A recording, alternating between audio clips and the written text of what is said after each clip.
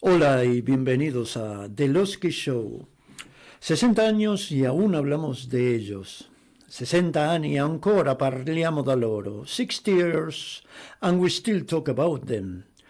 Lo diga quien lo diga, un español, un italiano, un inglés, todo el mundo habla de esta nueva obra de nuestros queridos Beatles llamada Get Back.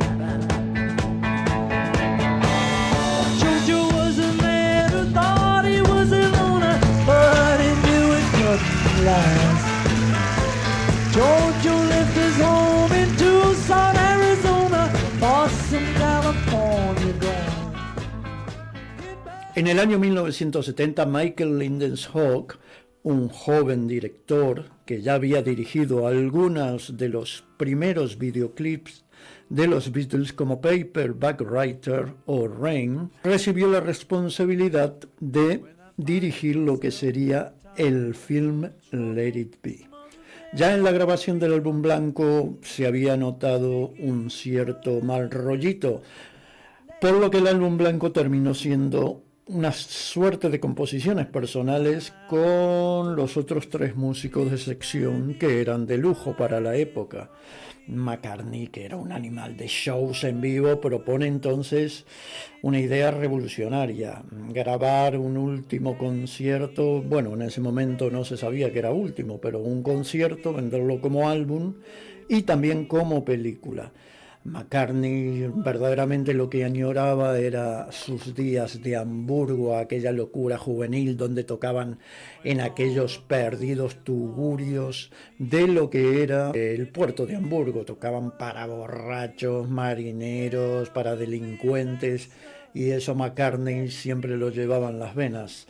El 2 de enero del 69, luego de haberlos podido convencer al resto del grupo, entran a grabar en lo que eran unos estudios de cine de Twickenham, con lo que sería el proyecto de una película donde mostraría a los Beatles ensayando.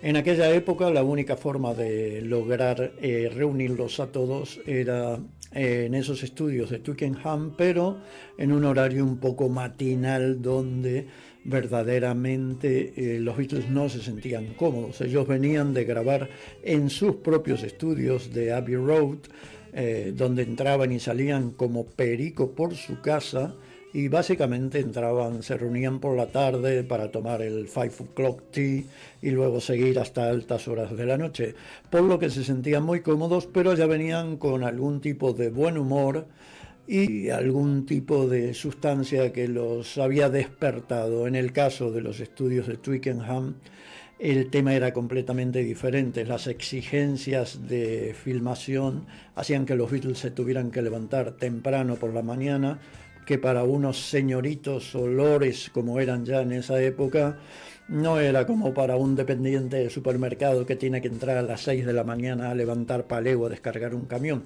De cualquier manera, tanto el dependiente como los Beatles estarían hastiados de todo. El tema es que no era lo mismo reencontrarse con sus compañeros a esa hora que por la tarde, donde ya uno había asimilado que tenía que tocar o que ensayar o que trabajar según se viera con ellos.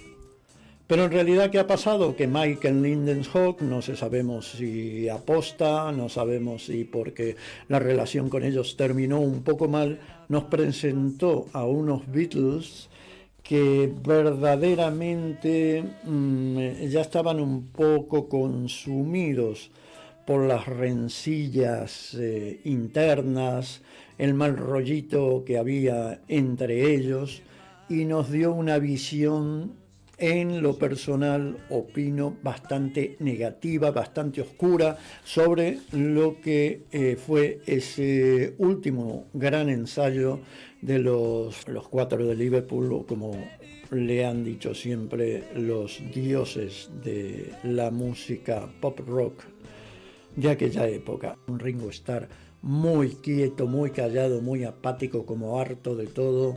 Se ve a un McCartney autoritario, una macacracia, una dictadura de él, y a un John Lennon que estaba también en un término un poco pasotista, más bien dedicado a lo que era su nueva pasión, que se llamaba Yoko Ono. Esa película sentó mal entre la crítica, el público, los amantes de los Cuatro de Liverpool y especialmente entre ellos mismos. Pero, para alegría de muchos, aparece Peter Jackson. Peter Jackson, el director del Señor de los Anillos, nos ha traído a partir de noviembre y en una plataforma privada de pago, Disney, un nuevo capítulo, visión, ángulo de cómo se vivieron esos días, esos mismos días, pero basado en unas 5.000 horas de grabación. Después de haber visto el primer capítulo, que es bastante largo, se acerca a las 3 horas, esto es for fun only, solo para gente que sea muy fanática, debo decir que me ha sorprendido el cambio total que he experimentado en la película, en lo que yo tenía como una película negra, de humor negro, que era Let It Be. Mi visión sobre ellos ha cambiado un poco, y a pesar de que se nota que McCartney sigue siendo el líder indiscutible de la banda y que los otros tres están un poco como bajo su ala o a su sombra, se ve otro tipo de personalidad, otro tipo de interacción entre ellos, una interacción un poco más afable, un poco más amable. Ya son como 4 amiguetes en el club de Hamburgo pasándoselo bien en ciertos momentos. Y debo decir que si George Harrison hubiera tenido un pelín más de personalidad, esto hubiera sido una maravilla de película. Muy buenas impresiones es lo que nos deja el nuevo film de Peter Jackson, Get Back. Os la recomiendo para los que han visto Let It Be y se han quedado con el mal sabor de boca, que echen una mirada a lo que es volver con nuestros queridos Cuatro de Liverpool. Y esto ha sido una colaboración especial de Sergi para The Losky Show.